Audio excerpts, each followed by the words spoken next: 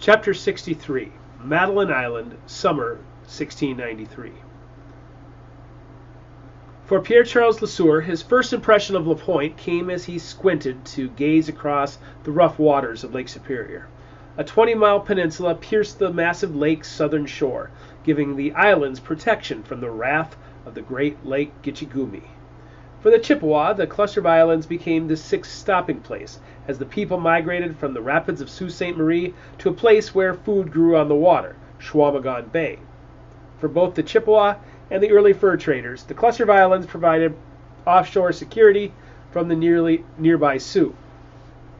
Nicholas Perrot had built a trading post before returning to the east to fight in King William's War. Although Perrot named each island after one of his 11 children, the Big Island was named after his beloved wife, Madeline. The flotilla of barges and supply ships hugged the shore of the lake, making it difficult to discern the peninsula from the islands. When his ship finally neared the wooden palisade, it became much more obvious how an entire nation could gather upon the hundreds of square miles of shelter. At the meager trading post, Lesueur met with Etienne Delhut, who, along with an enthusiastic crowd of traders in Chippewa, welcomed the supplies, reinforcements, and the legendary Bear Man to the island. When alone in Delhut's cabin, the question was finally asked, "Why are you here?" Etienne Delhut was both refined and ragged. Although over 50, he had a full head of gray hair, which he pulled back into a ponytail that reached down his back. Instead of a beard, he had smooth cheeks and a white goatee that bridged his chin to his chest. He wore a blue felt jacket that frayed at the seams, and even his dinnerware, while once extravagant, was now chipped and worn like its owner. "I've been sent to broker a peace treaty with the Sioux." "Those devils cannot be trusted," Delhut said bitterly, his blue eyes squinting. "I am versed in both Sioux custom and language, so I've been tasked with, I know who you are, Bon Jean. You might have fooled the Jesuits, the Lemoynes, and Perrot, but I was already out here when Marquette brought his tall protege for the same purpose. Both friends and foes have brought tales of your exploits to my throne," Delhut mocked, gesturing to his slightly oversized berger chair. "I know what the ambitious Lemoynes want. What do you want?" Lemoyne, LaSalle, and Delhut. 3 heads of the Order of Eos. Could he be the one who ordered Marquette killed? "While I was stationed at Mackinac Island, I had a Sioux woman who warmed my bed, and when I came out 4 years ago, I'd heard rumors that she'd given birth to a son after we were separated. While I returned as a servant to the Lemoyne family, I wanted to make contact with the Sioux for personal reasons." "A son? Surely you know the Lemoynes would never accept a half-breed bastard into the family," Delhut said with a condescending smirk, followed by a sip of wine. "If I could establish peace, I could place him in charge of a trade post in the new territory." It was a lie, but it disarmed Delhut, who found pleasure in dismissing the notion. "Lost sons and trade posts?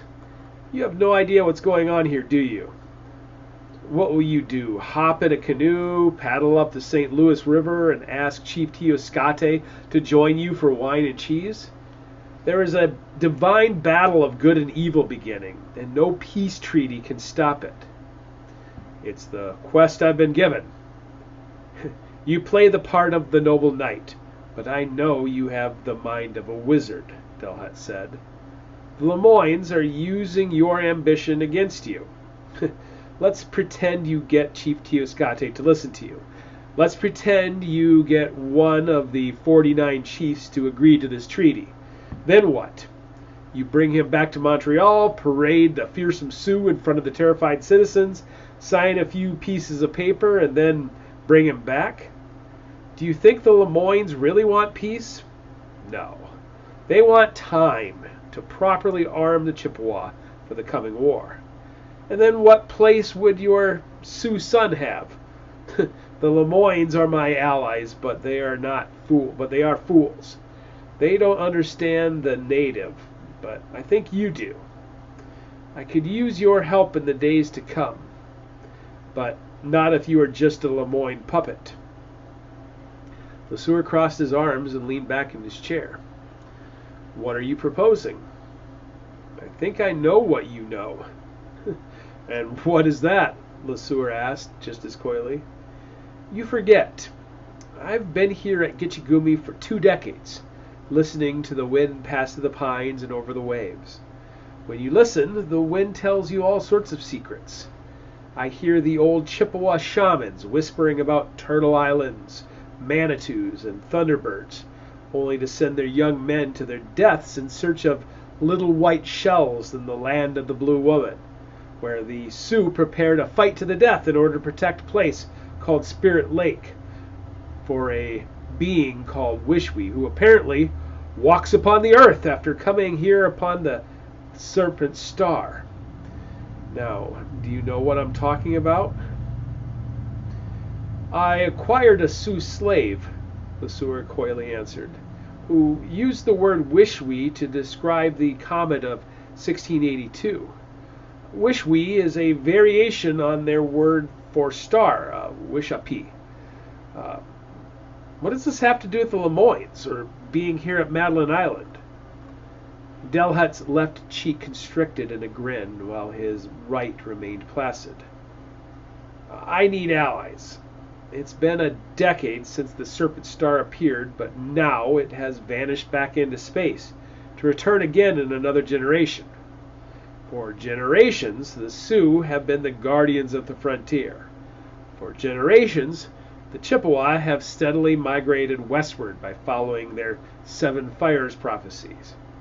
For generations, my family has maneuvered through political, social, and religious turmoil to bring me to the shores of this island.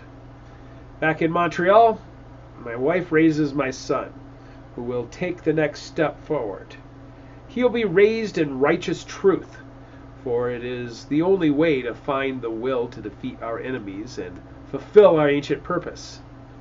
You've met the Lemoynes, and while they are my allies, they want to fill their pockets with gold more than they want to prepare for the future. Their greed will bring ruin, kicking the embers of a small fire until the whole forest burns. Etienne Delhut took another sip of his wine. The wind told me all about your travels through the big woods, which is why I asked for you to be assigned here. If you know what I think you know, I want your friendship. LeSueur had heard enough. He'd accepted the invitation as a chance to get back to find Winona and possibly retrieve the Philosopher's Stone ahead of the villains. But now he sat across from a puppet master. But is he the puppet master? After a deep exhalation, he lowered his head, reached over to the other chair beside him, took hold of one of the legs, and snapped it right off the frame, leaving him a 2-foot spike that ended in a sharp point, which he lifted right into the face of Delhut. Tell me who killed Father Marquette, and you might live to order a new chair. Lie to me, and I'll sink this little sliver all the way through your head.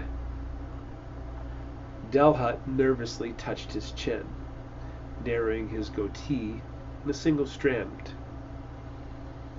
His name is Bartolome St. Clair. Sewer's heart fluttered.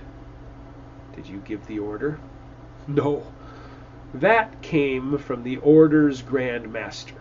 He worried the Jesuits would use a stolen map to race into the frontier and steal the Philosopher's Stone before anyone was the wiser.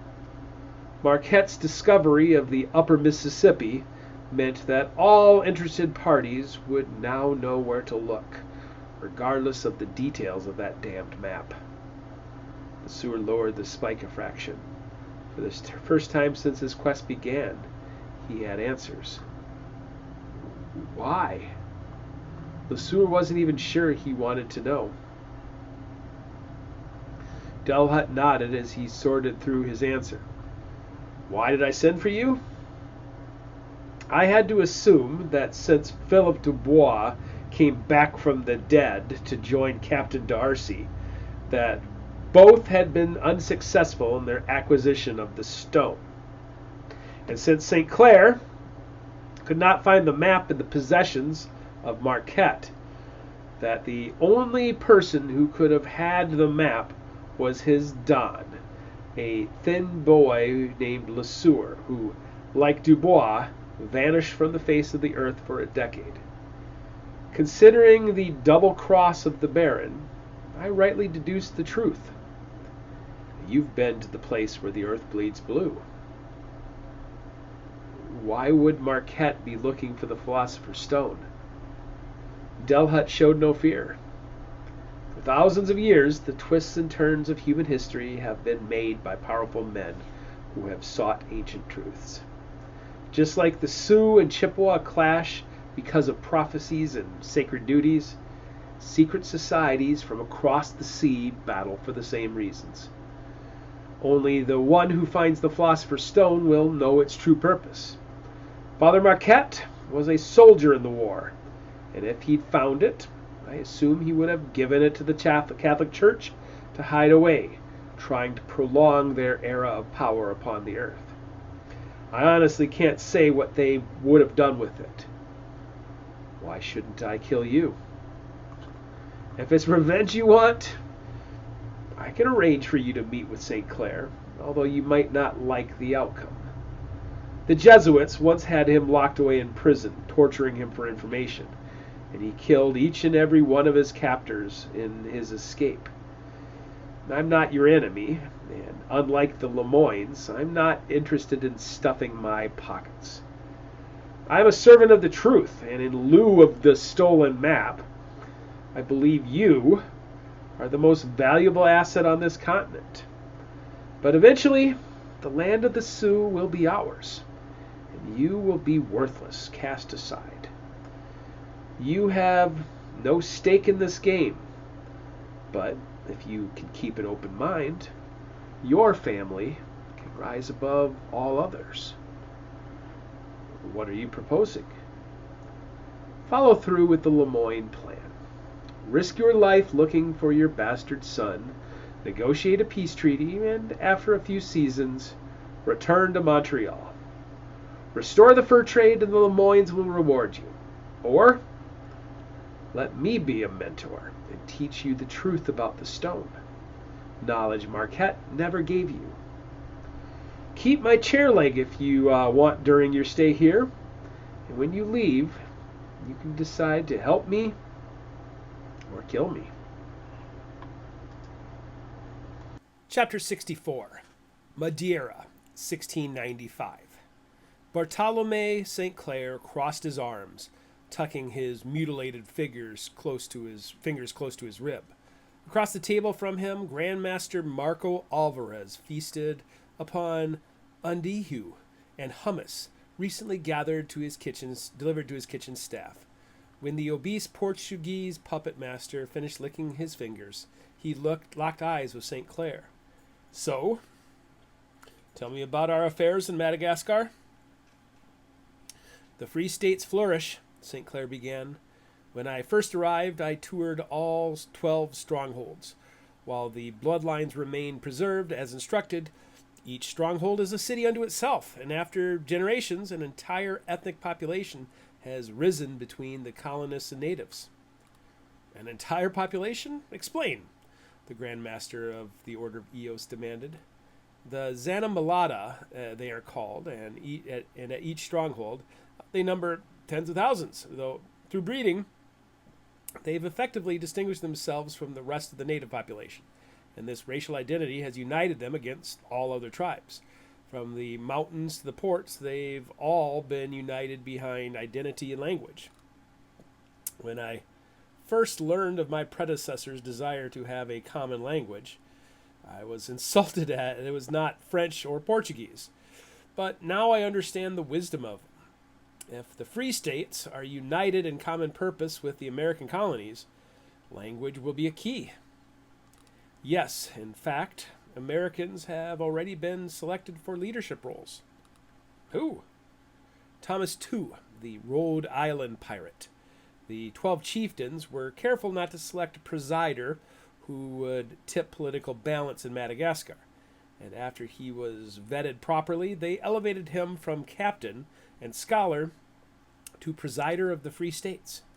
Their faith in him was rewarded when he immediately took a new native bride, uniting the eastern tribes with the Zanamulata of the Free States. Wonderful, Alvarez said, taking a moment to sample another of the imported delicacies. And our fleet? Growing exponentially. Both goods and information are flowing into the ports of Madagascar from the Seven Seas. The War of the Grand Alliance has created enough chaos that no one understands the allegiances of any of the pirates, which allows our captains to disguise their identities. And Surtur's Bane?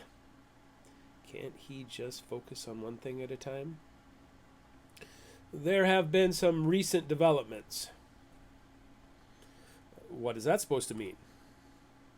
The vaults remain secure, but during my inspection, I reviewed the Almaric map as you ordered. During this review, I was in the presence of Commander 2, Chief Morrison, and some history professor named Pharaoh. They showed the map to a stranger? No, I misspoke. He was outside of the vault, in fact, but it was the four of us together afterwards when we were talking about it. Presider 2 has developed a new theory on Surtur's Bane, and after looking at the Almaric map, I understand his concerns about... No, Alvarez said sharply, absolutely not. Our forefathers have passed down the tradition from generation to generation, and now, at the end of the quest, 2 is listening to strangers? Who is this Pharaoh? Why is this stranger anywhere near the vault? 2 has known him from his youth, and during a stop in America, he abducted Pharaoh to serve as an independent expert. A college professor against the scholars from the Order of Eos. Who does he think he is? We have a new competitor for Surtur's Bane. The Mughal Emperor Aurangzeb has been gathering all relics and ancient texts about alchemy. He's grown curious about the Order of Eos and the Priory of Ormus. His obsession is suddenly a threat to our plans. Dirty Mughals? He understands his rival. Aurangzeb is the leader of one of the greatest empires on Earth, and as European nations tear each other apart during the war, he is acquiring artifacts and treasures that we might need to possess. Allow me to explain. Please do. Emperor Aurangzeb memorized the entire Quran as a boy, and his obsession with religious truth has only grown with age. He discovered some ancient religions from deep within the Himalayas that he believes are the purest he's discovered. His peculiar notions have led him to study other ancient civilizations, and as a result, he's made it known that he'll pay vast sums of money to acquire these treasures. Our spies in the region believe he is acquiring one of these ancient important artifacts during a religious pilgrimage to Mecca. He's going to Mecca? Of course not, but he's going to send an important family member in order to disguise the reason for an armed fleet.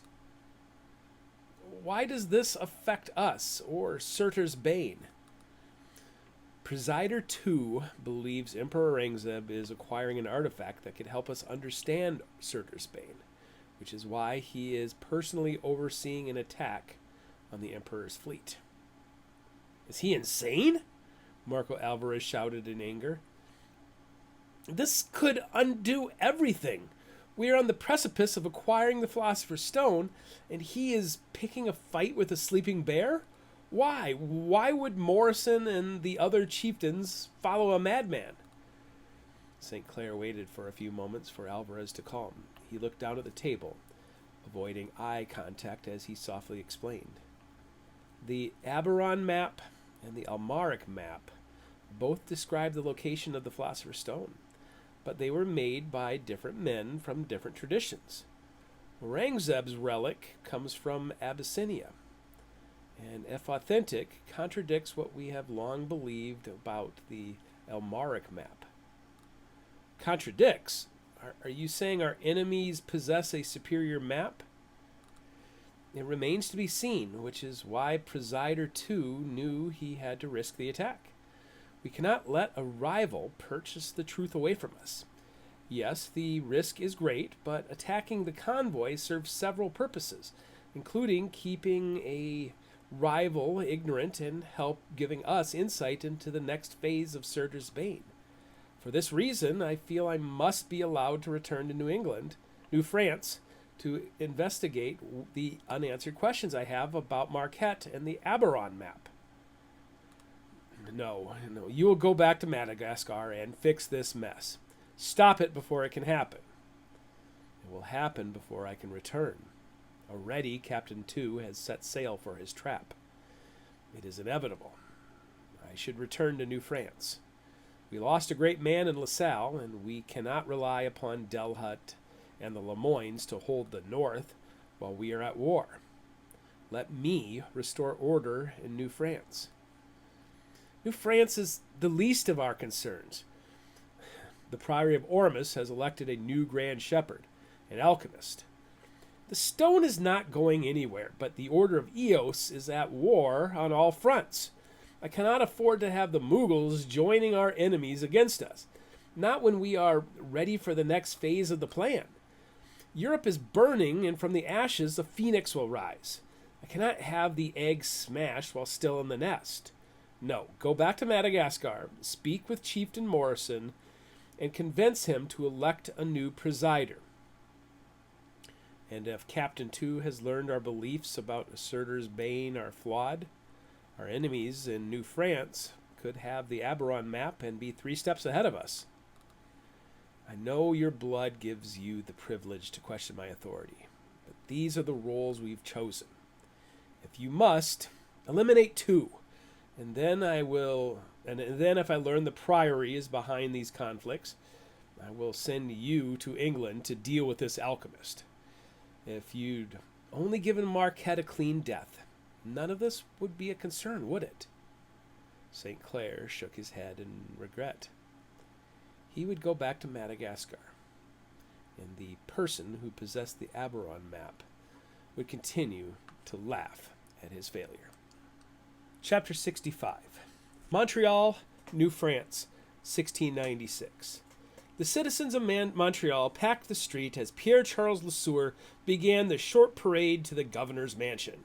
His wife Marguerite stepped out of the door after him, and the common folk gasped when they saw her in her bright yellow dress, holding their infant Mary while flanked by their 2 older daughters.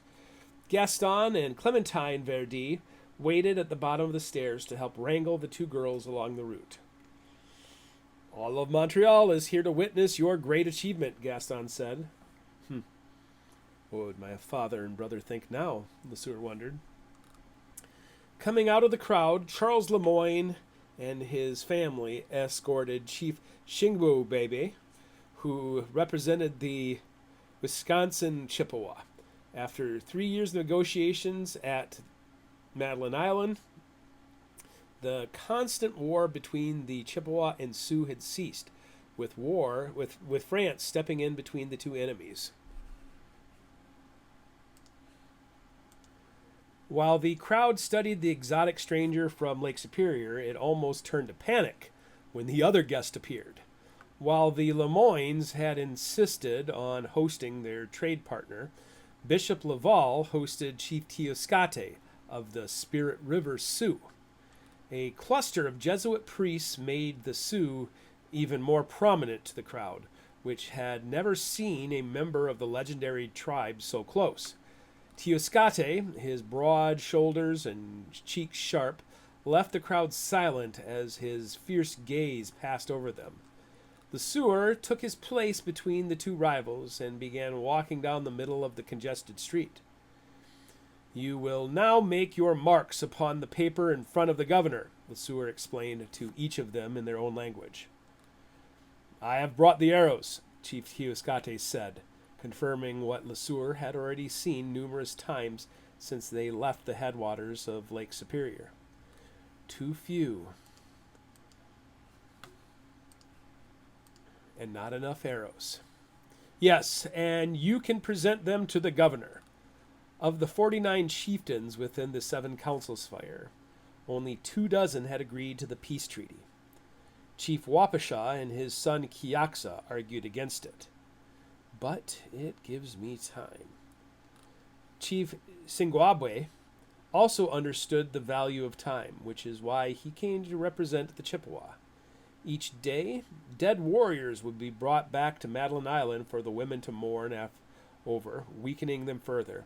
But the heretical Wijigan priest whipped up another frenzy to send more young men to certain death at the hands of the Sioux. The peace treaty would allow his people to heal, while also strengthening their political and financial hold in the territory. A nation at peace would turn its back on the radical Chief Buckinus. Would Father Marquette have wanted this? Le Sueur had been trained for such a day, but with each step he took, he felt more and more like a fraud, a hypocrite. The French will never honor these terms with the Sioux. Yet Le Sueur did his part, and all of Montreal celebrated his great diplomatic victory. At the party at the governor's residence, Marguerite danced and drank to him, and Le Sueur leaned against a pillar as all the men lusted after his beautiful wife, who took turns dancing with her Lemoyne cousins. Did you hear the click of my flintlock? The voice came from behind the pillar. I heard it. Is your plan to murder me in public? Le Sueur asked the voice. It's been years since our paths have crossed. But when I heard you were not only back in Montreal, but also bringing guests to the governor's mansion, I decided it was time for the two of us to speak. This pistol makes sure we are on equal footing. You want to talk? Le Sueur asked. I could blow a hole through your chest and escape through the garden. Step away from your glory for a moment and follow me. Le Sueur turned, but only saw a shadow swiftly moving into the illuminated garden. He lingered for a moment, looking around the clueless crowd. Help was only a few yards away, but he chose to go alone.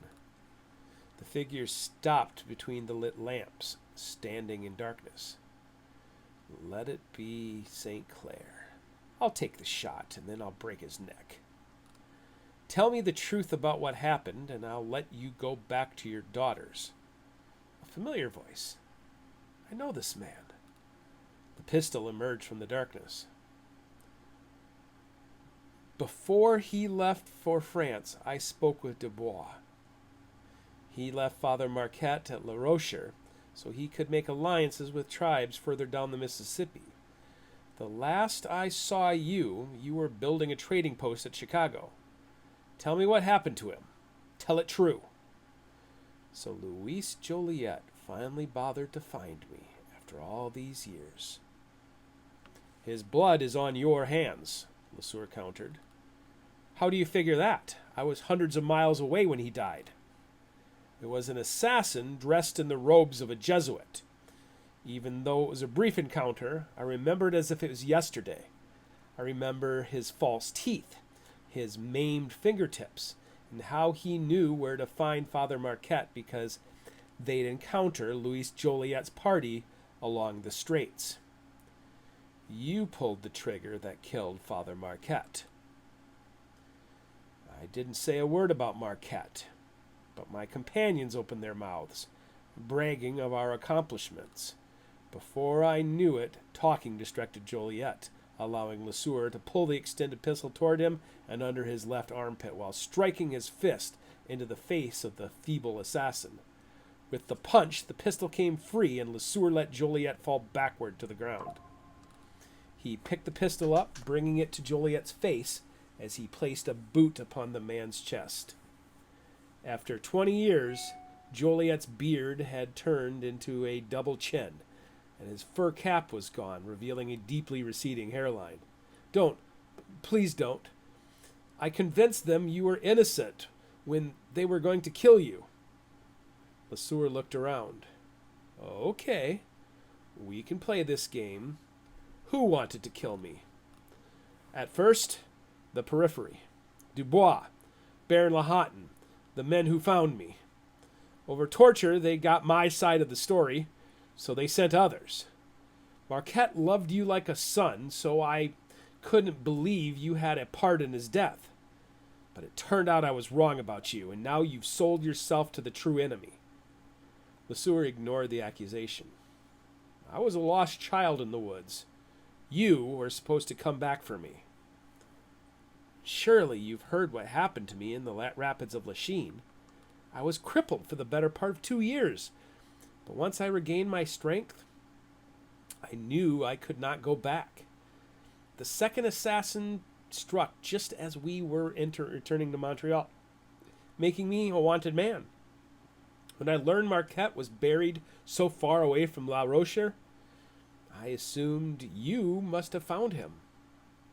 He drank poison, but escaped before it could take full effect, Lesueur admitted.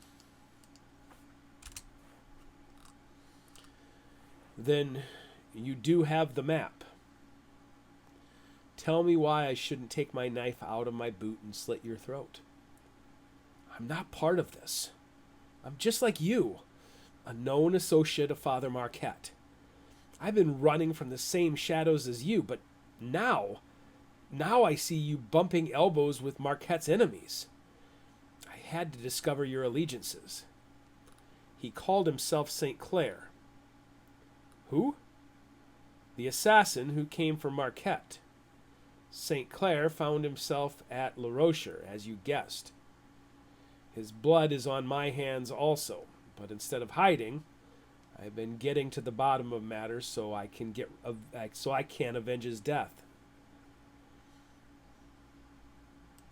I'm sorry for pulling pistol on you, but I needed to know the truth, or kill you. You were the only man Marquette trusted. Besides his beanpole? Lesueur took his foot off of Joliet's chest and helped him stand. Dubois and Lahoughton tortured you. No, the other agents did. Dubois vouched for me, but they still needed to know. Afterwards, young D'Arcy came and visited my home on Anticosti Island. He explained to me the way things were with the Jesuits, the Order of Eos, the Priory of Ormus, and the Periphery. But no one knew what happened to Marquette. So when I heard you'd returned, now that I've brought peace to the big woods, I have an opportunity to finish what Father Marquette started. What would you do if you were me? I'd grab my beautiful wife and build a cabin where none of these bastards could find me. Walk away while I could. That would be my advice. Walk away? Lesueur said, handing Joliet his pistol. I wish I could do that, but I'm neck deep in the water now, and it's either sink or swim. So I'll leave you with the same advice. Walk away, Joliet, and find a good place to hide. Chapter 66, Montreal, New France, 1696. What happens if he dies? Marguerite asked, holding her infant daughter Louise on her hip while Marianne stood at her skirt. Lesueur avoided the question. He looked past his young wife and took measure of his home. Civilization had transformed barges of beaver pelts into glass and silver, displayed in cupboards meant to showcase luxury. This is serious, isn't it? Marguerite asked, handing him Louise and sitting in the chair opposite of him. This time he looked at her and nodded. Her beauty had only grown after 6 years, and the skinny teenager had developed into a stunning young woman. Even out of her fancy gowns and with her hair displaced, Marguerite had no rivals. If he dies, I could become a clock merchant, Lesueur quipped. I want a better life than my sister has, Marguerite said coldly.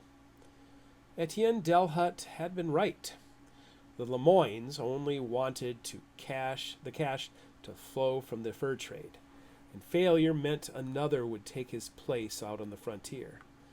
While he now had the letter tucked away in his pocket, he also had a wife who needed answers. If Chief Teoscate dies, I will need to make a business trip, Lesueur told her. What kind of business trip? Marguerite's stress and agitation wrinkled her brow. Even though he looked into her blue eyes, Lesueur knew he was speaking directly to Charles, Pierre, and Paul Lemoyne. I will need to travel to Artois to sell what remains of my father's estate. It wasn't a lie, but it hid the truth from her. It gave him an excuse to make the journey. You'd leave me here while you travel all the way back to France? If it wasn't so dangerous, I'd take you with me. But a cross-Atlantic trip is a dangerous place during peace, even more so while war still wages. I couldn't risk the lives of my little ladies. How much is the value remains in the property? She asked skeptically. Enough. Enough for what? Delhut chuckled in his mind. Our fortune depends upon more than the fur trade, and even though Etienne Delhut publicly questioned my administration of trade in the West, he privately supports us in another venture. Lesueur patted his chest so that the letter crinkled. What sort of venture? There's something I must show you, but I need you to make a solemn promise that you do not utter a word of this to your cousins. What is this about? Do you swear? Just tell me. Swear, Lesueur said, handing her Louise.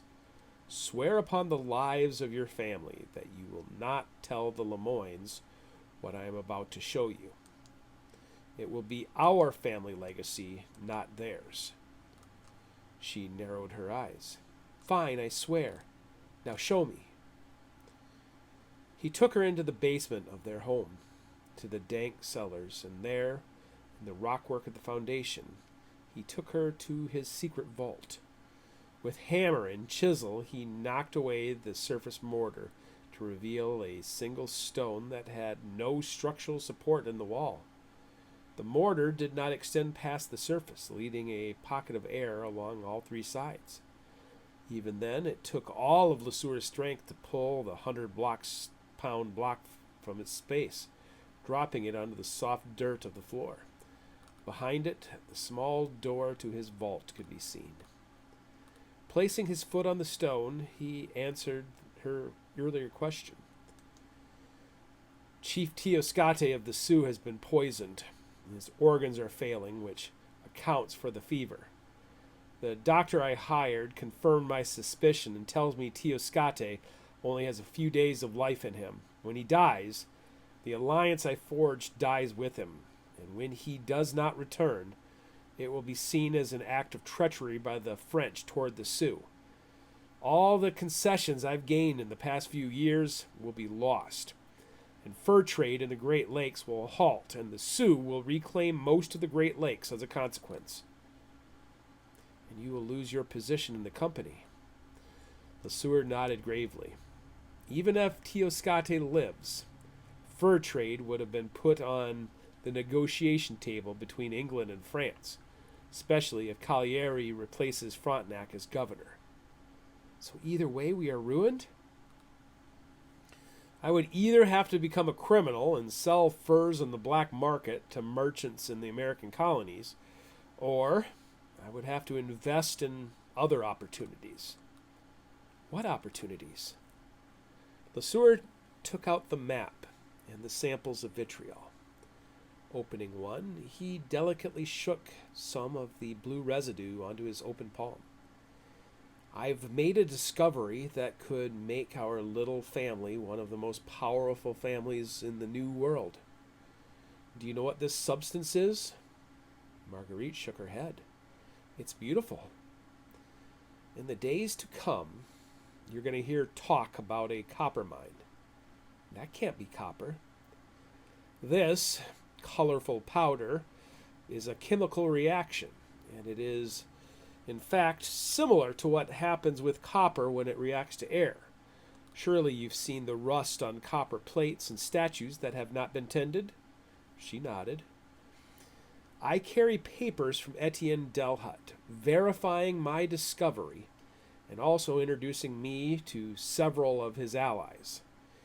Even with private funding, I will need an acceptable story to use in public court, so you will hear talk of a copper mine. But the substance you see here is far more valuable than common copper. And even though it has no obvious market value, it is far more valuable than its weight in gold to the right people. During my travels out on the frontier, I came across a great treasure, and now fate is forcing my hand. And that is why we are traveling to New France? You are traveling to New France? In order to claim this treasure, I will need a mining crew and a small military force. Delhut has connections back in France who can acquire those things, but only if I can verify what I've found. I will take these samples to a man who can verify what it is, and if he is convinced, he will assist in the funding. When Chief Tiascate dies, I will have no other choice. Why is there no other choice? Who did this to Tiascate? After all the Lemoynes have given me, I tried to repay them. My mission in the West was to try to bring peace to the Sioux, who live in the lands where this substance was found. If France was not at war with England, it would take all of our resources to aggressively invade the lands of the Sioux. So I tried to make them allies. Of all the chieftains, only Chief Tiascate believed in a partnership with France. But it was a start. Instead of celebrating this monumental achievement, the other tribes will rally around his death, and trade with the Sioux will end for a generation. So why must you go to France? Delhut's plan is not to weaken the Sioux through treaties or defeat the Sioux in open warfare. The Lemoynes do not know what I've discovered. Only Delhut knows. If approved, I will be part of a covert mission to sneak into the heart of Sioux territory and acquire the treasure. You'll go in through the back door while the Lemoynes are rattling the knob at the front door. Even though the Lemoynes are allies, we must keep them in the dark for a while longer or risk the wrath of powerful enemies, the ones who poisoned Chief Tiascate. Now you understand. Delhut tried to explain them to me, but I can tell you this. They have agents within France as well as rival countries. We are in a race against time as much as we are against these enemies. By traveling to Paris, I will make myself a target. And if I die and leave you a widow, I need you to know what I leave behind here in this vault. Lesueur handed her the metal tube holding the stolen map. What is it? She asked. It is our children's inheritance.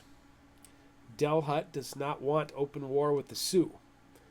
If I die, bring this to him, and he will watch over our family in my place. While it would appear to be foolish to others, Delhut will know what it is and its value. But Delhut is stationed on the frontier. What happens if he is gone? Do I bring it to Charles? Your cousins are my business partners, and because of that, we have a grand house. But they would burn down a forest to find a lost coin. They would wage war on the Sioux. Your cousins will protect you out of duty. But Delhut is our only ally. When will you return? Marguerite asked, after he placed the map back in the vault and restored the massive stone. If all goes well, I will meet this farmer general fella, fund my expedition within a few months, and be back in the New World by the end of the year. After that, it might take a year to travel and extract the treasure. 2 years? It took me 2 decades to afford this house, but in 2 years, I could build you a kingdom. A kingdom? Marguerite wiped back a tear and smiled. Trust me, and I will lay the continent at your feet. Chapter 67. Artois, France, 1696. 37 years after leaving home, Pierre-Charles Lesueur returned as a stranger. On a borrowed horse, he traveled up a path trimmed with rows of peonies on both sides, and the first of many memories came rushing back. Back in New France, the farm complex would have rivaled the homes of any of the governors. All 5 stone buildings had orange slate roofs with matching shutters and doors. A dozen fruit trees were planted around the pond, with a towering 400-year-old oak tree on the eastern edge of the pond. Sheep pastures and wheat fields surrounded the complex, making it feel almost like an island. First, he introduced himself to the stewards, a family who had worked the land generations before his birth. After declaring his intention to sell the property, he took a final tour of his home before securing a room in the local tavern. And then he waited. Publicly, he waited for the legal paperwork to be finished. Privately, he stuck his toe into the trap. Until one day, as he sat quietly eating his lunch in the tavern, he heard the cocking of a pistol. The man across the table from him still held his mug with his right hand, and the left hand had vanished under the shawl draped over his shoulders. Under the cloth, Lesueur imagined the pistol laying across the man's lap as he pointed directly at him. The world continued to spin as the rest of the tavern laughed and dined. But for Lesueur, time froze, and not even his heart dared to beat. The man had short, thinning red hair and a red beard that flowed down to his chest, hiding his mouth and chin. Although his head remained facing the mug, Lesueur could see the man looking over at him out of the corner of his eye. "May I join you, Lesueur?" I know that voice, Lesueur realized, but this fact did not lessen his fear. Lesueur nodded. With his left arm still hidden under the shawl, the man slid from one table to the next with no one even taking notice. If the man pulled the trigger, most in the tavern would not even understood where the shot had come from. "I am authorized to kill you," the redhead began. "When we learned what you had come to France for business opportunities, my superiors felt there was no other choice but to intercede. Luckily, you came right to where I was waiting.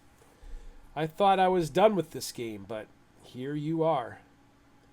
"You're not the first man to try to kill me," Lesueur stalled, hoping to avoid a bullet to the belly. "Are you sure you have what it takes?" "Kill you? Do not be in such a hurry to die. I want to understand." "What do you want to understand?" "I want to understand what happened to the boy Père thought so highly of." "Père?"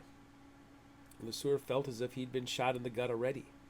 Father Jacques Marquette had used that name with the natives. The word would simply meant father in French, and local Chippewa and Potawatomi seemed to enjoy using it whenever the Jesuit paddled or walked through into their villages. Few knew such a fact.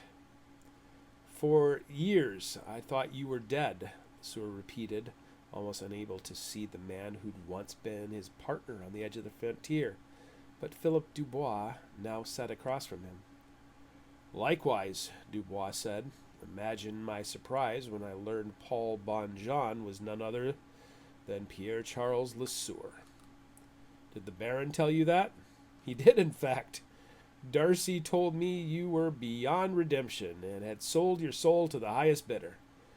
I found that difficult to believe, having known Pére's righteous young assistant," Dubois said, pulling a pair of manacles from under his shawl.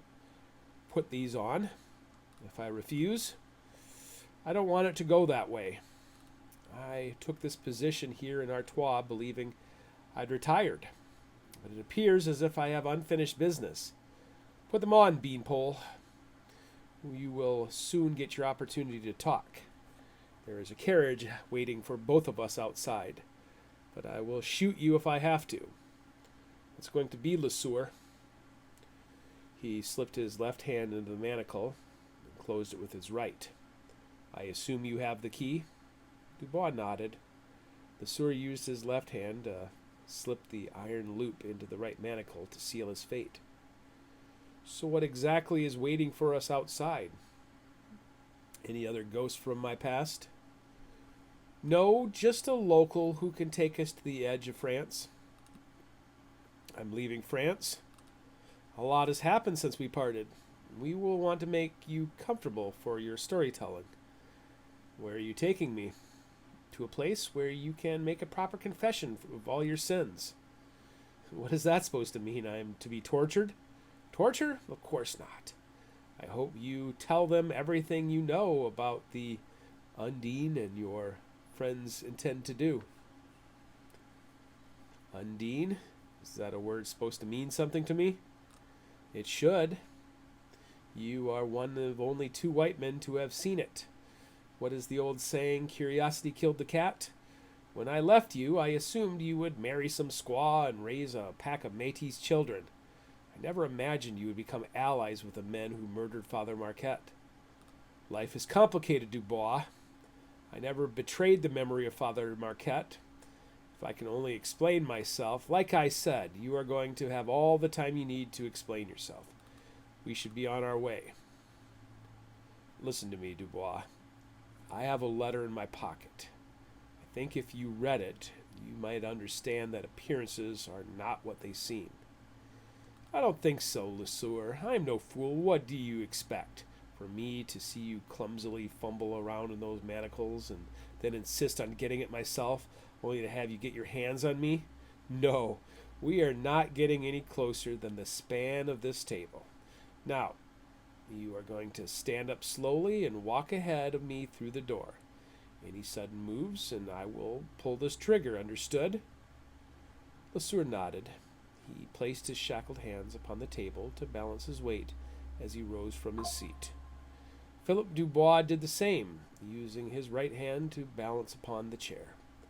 But the palms of Lesueur's hands caught the edge of the table, and with all of his weight and strength behind it, he bull-rushed the wooden table until it caught Dubois squarely in his midsection.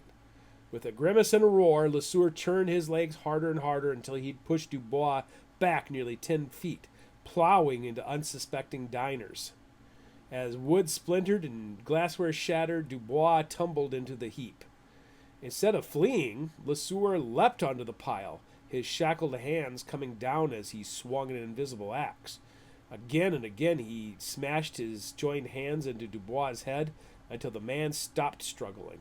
Then, grabbing Dubois by his long, bloodied beard, Lesueur rolled onto his side, pulling the smaller man with him like a dog on a leash.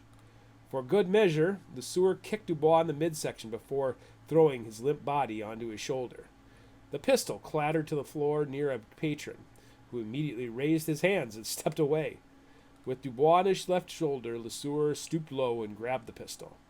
With a glance toward the front door of the tavern, Lesueur turned the other way, kicking upon the door of the kitchen, walking past the alarmed workers, and hauling Dubois out the back door and into the alley. He carried Dubois a few blocks until he dropped him at the front door of the stable.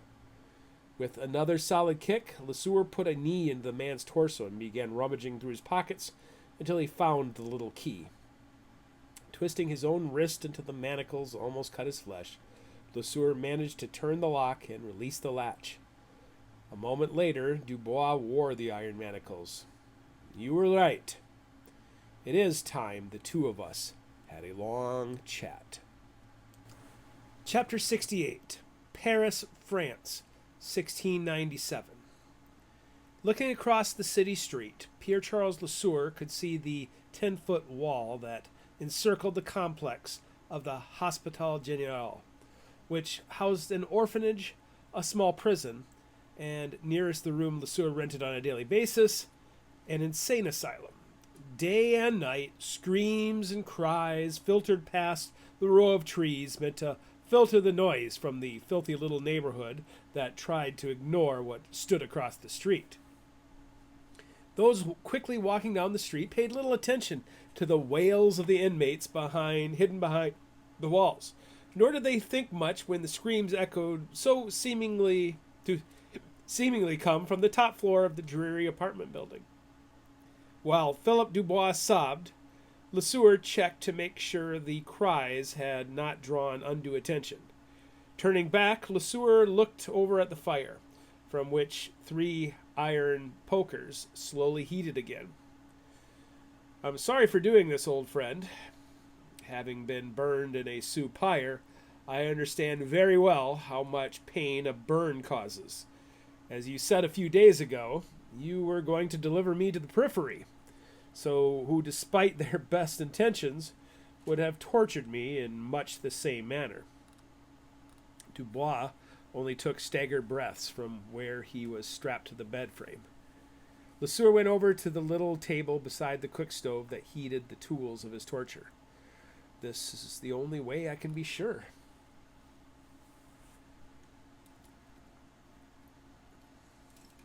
Let's start again.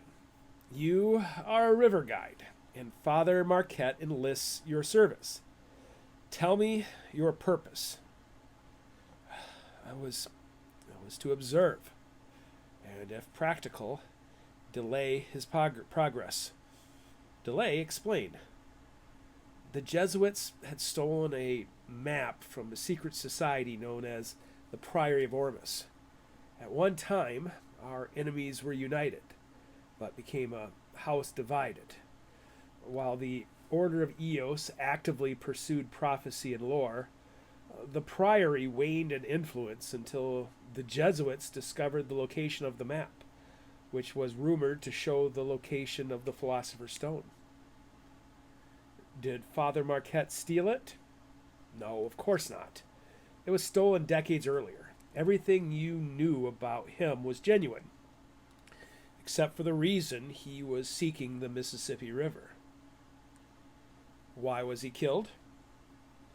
The Order of Eos knew the sister map had been stolen, and the ambitious Jesuits meant to steal the ancient relic away before it could be obtained.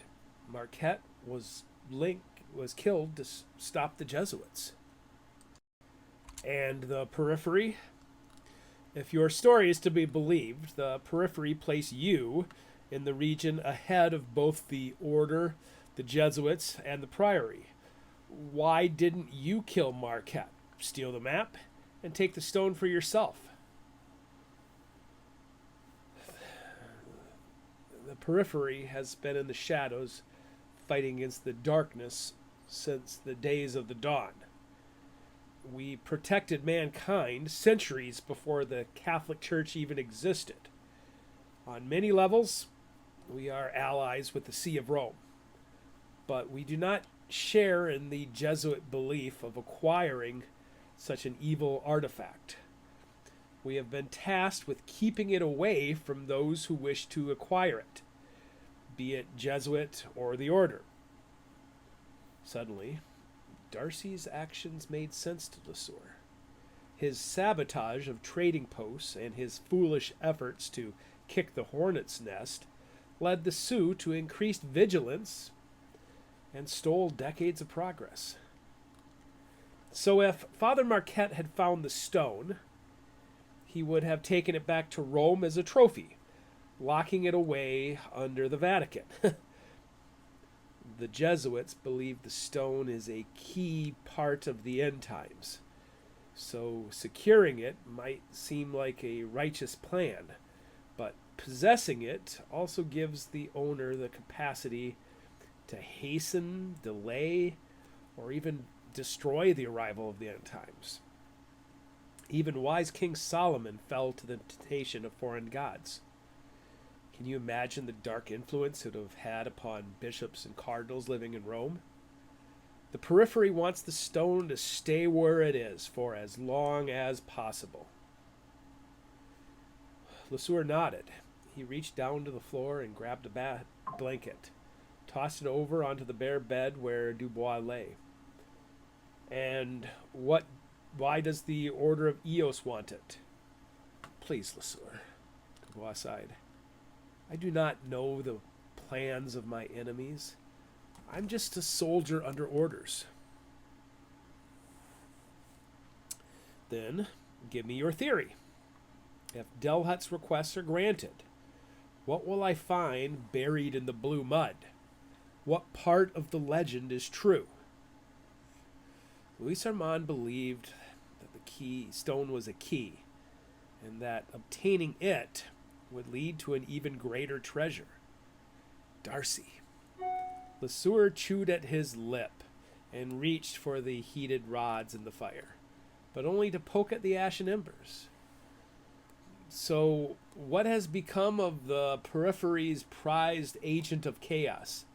The rumors in Montreal are that he's a pirate upon the Sargasso Sea.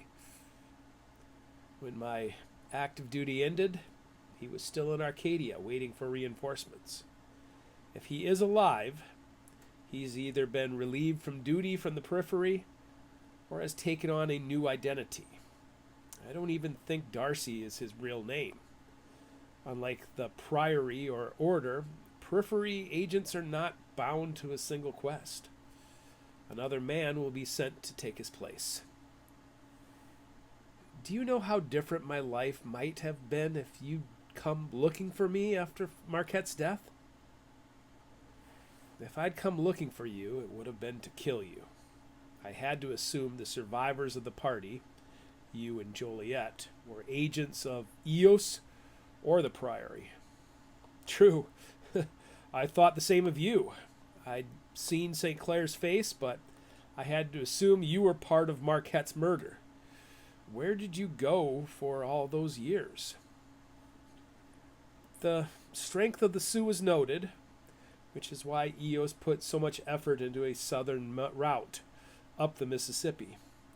If LaSalle had managed to secure a corridor from La Rochelle to the Gulf of Mexico, events would have escalated quickly. So after Marquette's death, I traveled downstream to make alliances with any tribe that would have listened. Had LaSalle not met disaster, he would have met a hostile nation. What nation? The Natchez people were the most spiritual tribe I found with ancient beliefs. I found them to be very open-minded to the idea of guarding the continent against agents of chaos. They remain allies of the Periphery just in case. Luckily, LaSalle's expedition failed on his own. When I found Lahontan, I returned to Montreal, which is how you spotted me in the Battle of Quebec.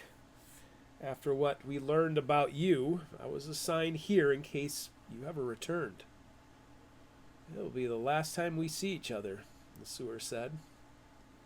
When I release you, I want you to inform your supervisors of my intentions. I mean to betray the Order of Eos, even though men like Etienne Delhut and Charles Lemoyne hold my leash. I swore an oath to avenge the death of Father Marquette, but also, through an alignment in the stars, I bear a responsibility toward the stone. I can promise you that I will not allow it to fall in the hands of Eos. Is that clear? It is, but I cannot promise you that my supervisors will not see you as a threat. I understand, which is why I sincerely hope to never see your face again, but it was always destined for man to discover the stone, for ill or good. If I do acquire it, I will need allies. I have a small cottage 2 miles south of your family estate in Artois. Along the river, look for the orange trim on the front door. If you find the Philosopher's Stone, come see me, and I'll be the ally you need. Lesueur took out the key for the shackles. Chapter 69. Versailles, France, 1697. Alexander Lehoulier was a wizard. His estate, built on the edge of Versailles, had a pristine quality. Every bush, tree, and bladed grass had been manicured by skilled gardeners.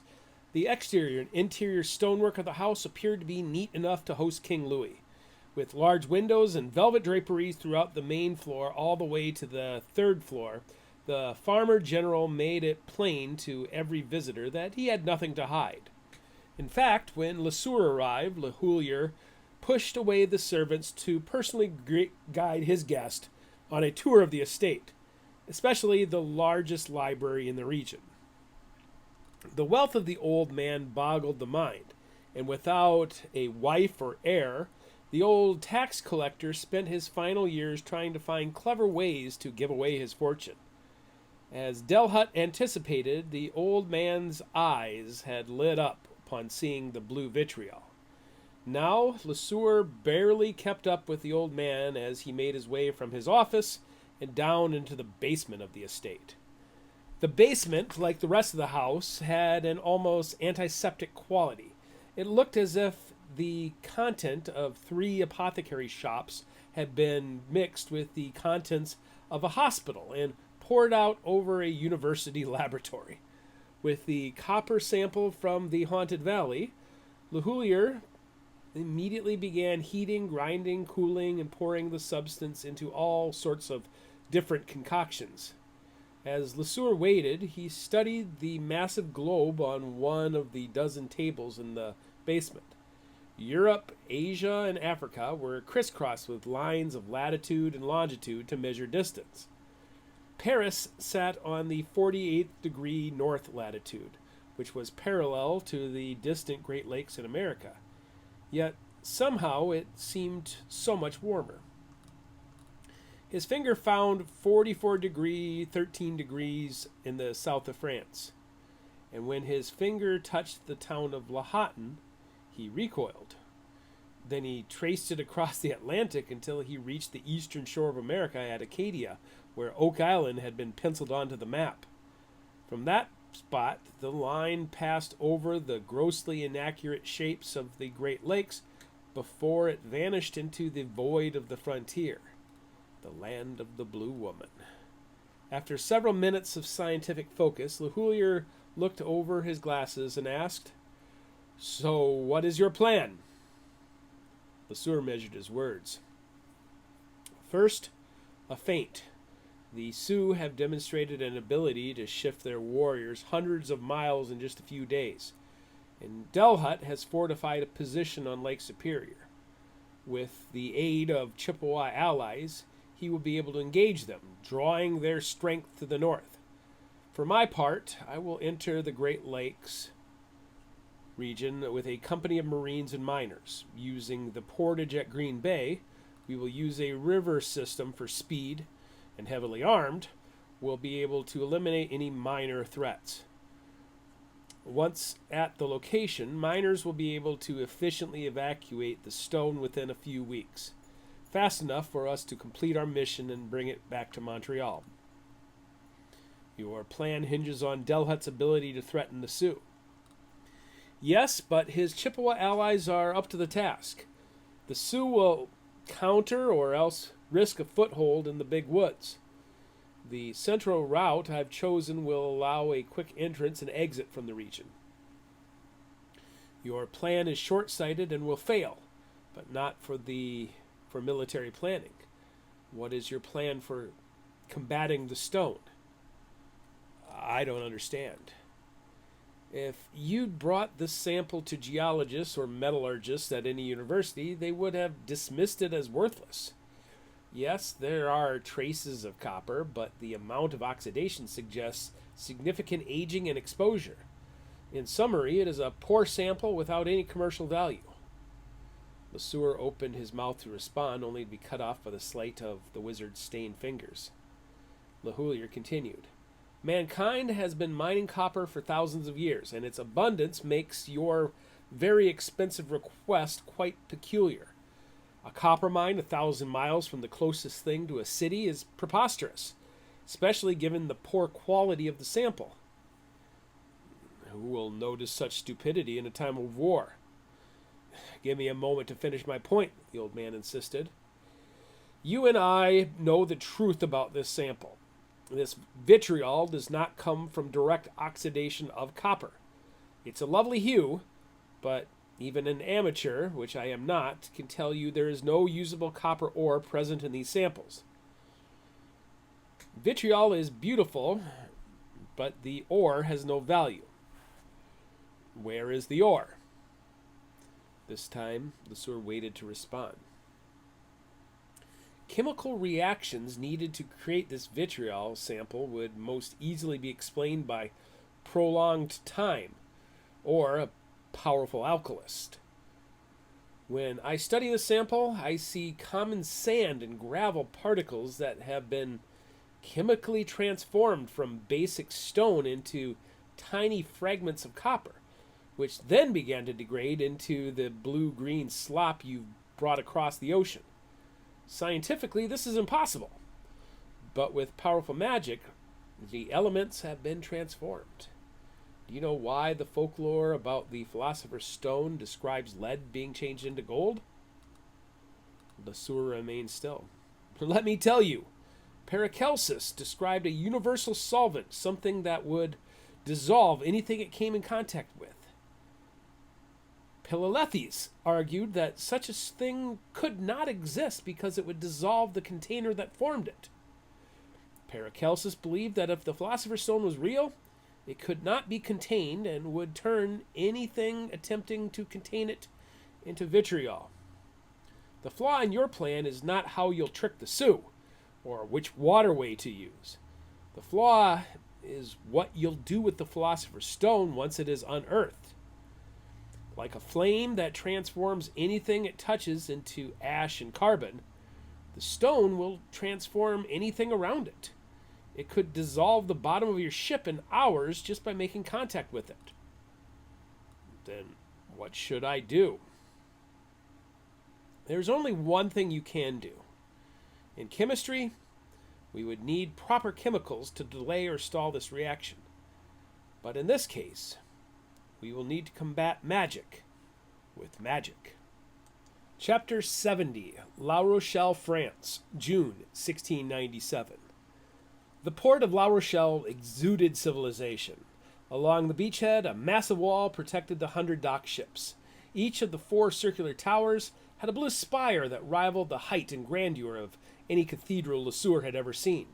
At the mouth of the inlet, a fortified castle stood 4 stories high to rain hellfire on any ship that threatened the port. Lesueur stood on the docks as his crew of 50 miners passed back and forth, filling the hull with all manners of shovels, pickaxes, and other tools which Lesueur understood little. "A beautiful ship, sir," a boy said beside Lesueur, his eyes staring at the tall masts. "I've never seen her before. Where's she from?" "I can't rightly say, but I believe the captain is Portuguese," Lesueur answered honestly, knowing Lehoulier had made all the arrangements. "I agree with you that she is beautiful. What's your destination?" the boy asked.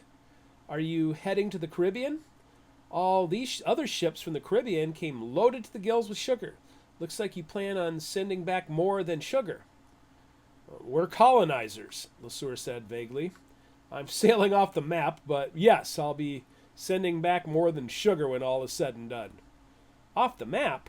That sounds ambitious. If you're going off the map, you're going to need a good carpenter who can not only repair a ship, but can also build anything imagined.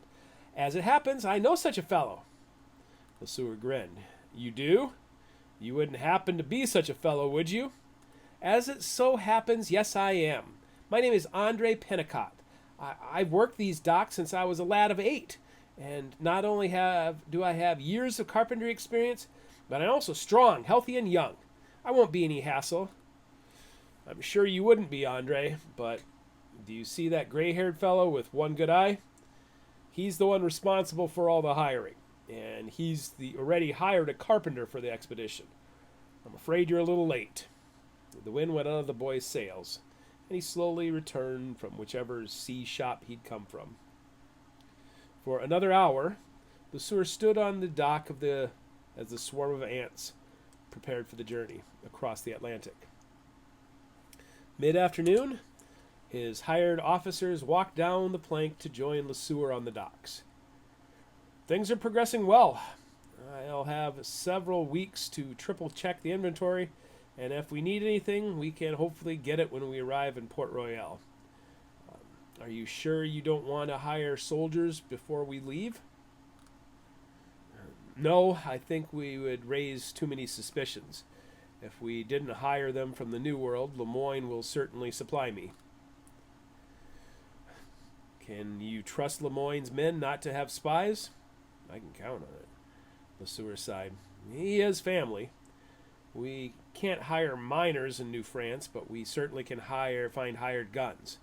50 miners will be enough, more than enough, to secure our treasure. Lemoyne's men will know me and will be loyal to me.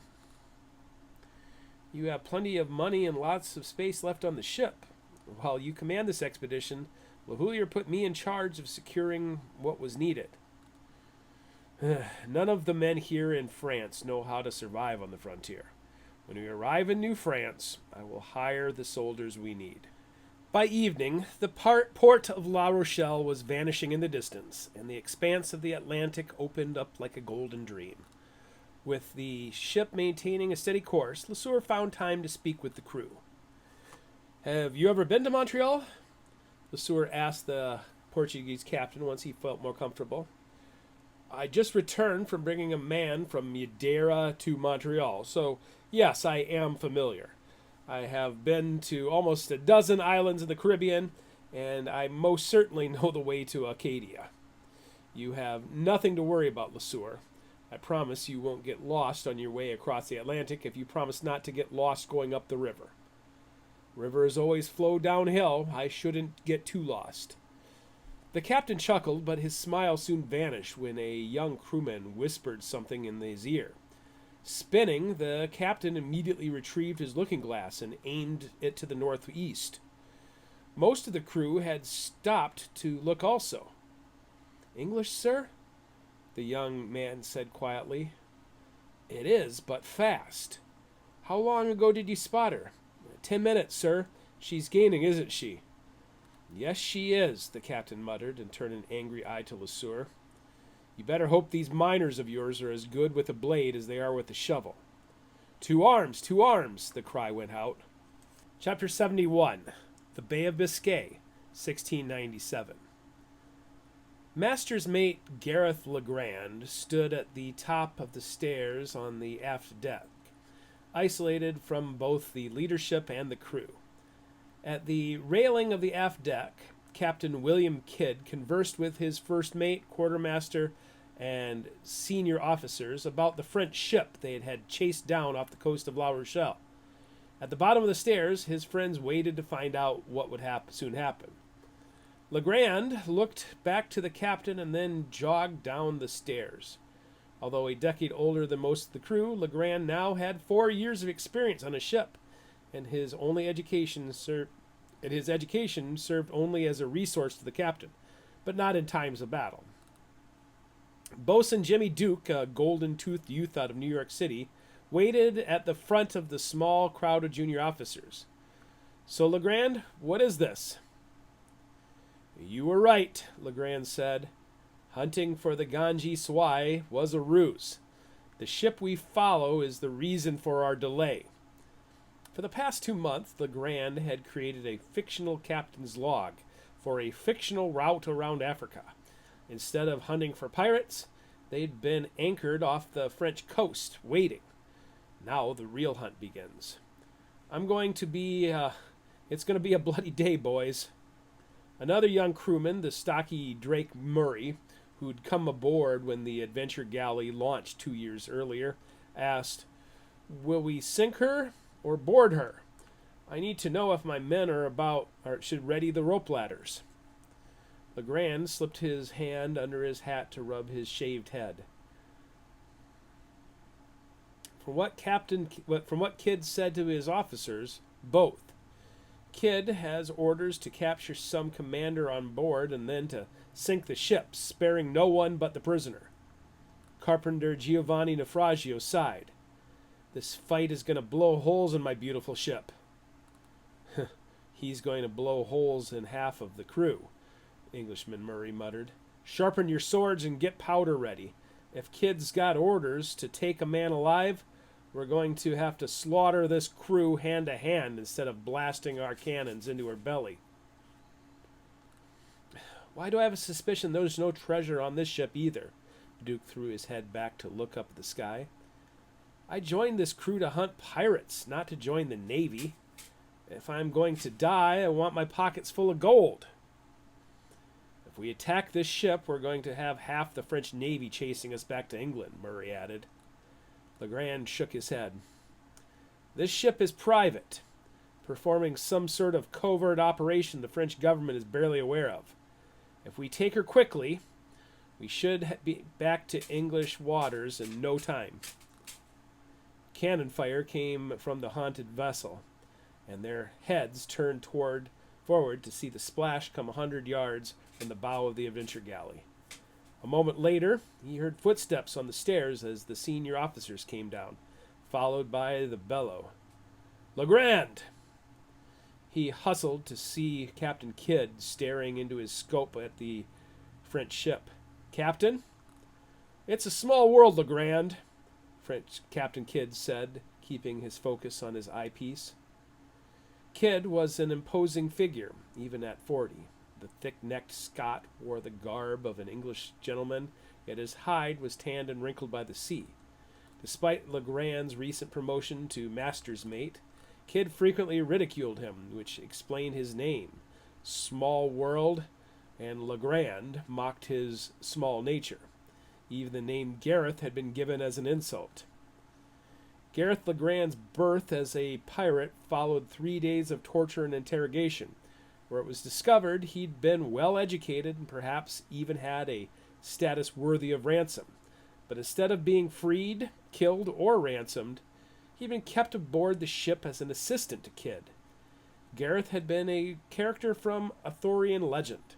Like Sir Kay was in the tale, Kidd teased his prisoner about his delicate, dainty hands, and then forced him to do a month of hard labor to toughen him up. Yet instead of properly calling him Bowmains or Good Hands from the tale, ignorant Kidd used the knight's true identity, Gareth, as a first name.